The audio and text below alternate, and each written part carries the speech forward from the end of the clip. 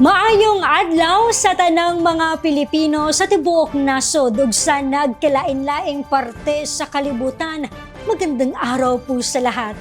Ako po si Claudette Loreto at ito ang Valiente News. Araw-araw mula Lunes hanggang Biyernes sa ganitong oras ay ibabahagi namin sa inyo ang mga balita at iba't ibang impormasyon tungkol sa Office of the Vice President.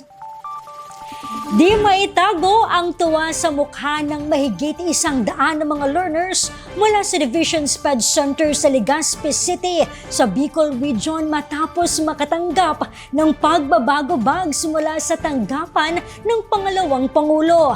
Ang bawat pagbabago bag ay naglalaman ng school supplies tulad ng panulat at maging ng dental kits. May mensahe rin ang mga bata para kay Inday Sara.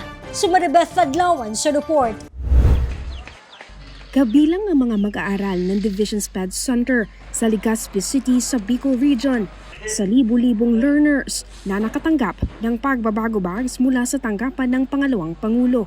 Sa ilalim ng pagbabago, A Million Learners and Trees campaign ni Vice President Inday Sara Duterte. Kwento ni Teacher Lani, ang principal ng naturang paaralan.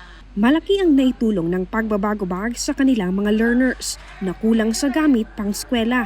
May mga pagkakataon kasi na kinakapos sa pera ang mga magulang dahil sa dami ng gastusin kada araw tulad ng pagkain. Lalo na doon sa mga mag-aaral namin na kapos sa pambili ng bag at saka ng mga school supplies.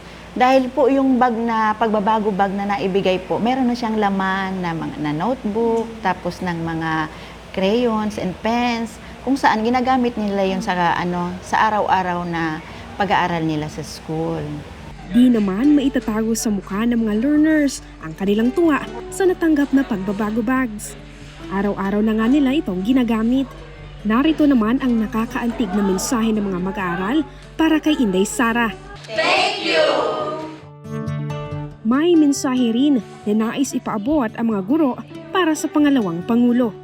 Kahit hindi na siya ang Department of Education na secretary namin ngayon, ay marami pa rin siyang mga proyekto na isinasagawa na para rin sa kapakanan ng mga mag-aaral po. Katulad ng pagbibigay nitong pagbabagong bag. At alam ko po, hindi lang po dyan magtatapos, kundi meron pa siyang mga tulong na maibibigay sa mga mag-aaral. Ma'am, good luck po sa bago niyong endeavor kung ano man siya. Again, ma'am, thank you sa lahat ng nagawa mo po sa DepEd. Thank you. Ma'am Inday Sara, tiwala lang po tayo, tiwala kami sa inyo dito sa Bicol Region. Very supportive kami sa lahat ng mga adhikain ninyo. I'm very much sure one day, may angat pa rin natin ang Pilipinas. Kahit pa konti-konti, basta strive hard lang tayo, tulong-tulong tayo. Nandun pa rin ang pagtitiwala namin bilang Pilipino. Sa datos mula sa OVP Bicol Satellite Office, 198 na mga mag-aaral mula sa Division SPED Center ang nakatanggap ng pagbabago bags. Habang sa buong bansa, umabot na sa mahigit 175,000 ang naipamahagi ng mga pagbabago bags simula noong buwan ng Enero hanggang Hunyo. Ang bawat pagbabago bags ay naglalaman ng school supplies at dental kits. Layunin ng pagbabago campaign na isulong ang kahalagahan ng edukasyon at environmental stewardship.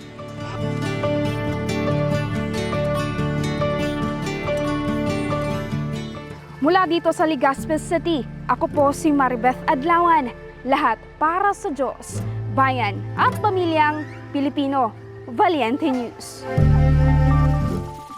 Tulad ng sinabi ng ating mahal na pangalawang Pangulo, ang edukasyon ang susi tungo sa mas magandang kinabukasan. Kaya sa ating mga mag-aaral, pagbutihan ninyo ang inyong pag-aaral. Magsumikap, magtiwala sa sarili at huwag kalimutan na manalangin. Maaabot nyo rin ang inyong mga hangarin.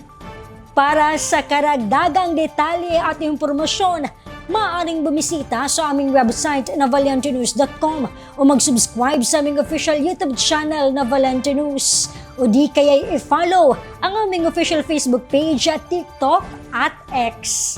Muli ako po si Claudette Loreto at ito ang Valiente News. Lahat para sa Diyos, sa bayan at pamilyang Pilipino.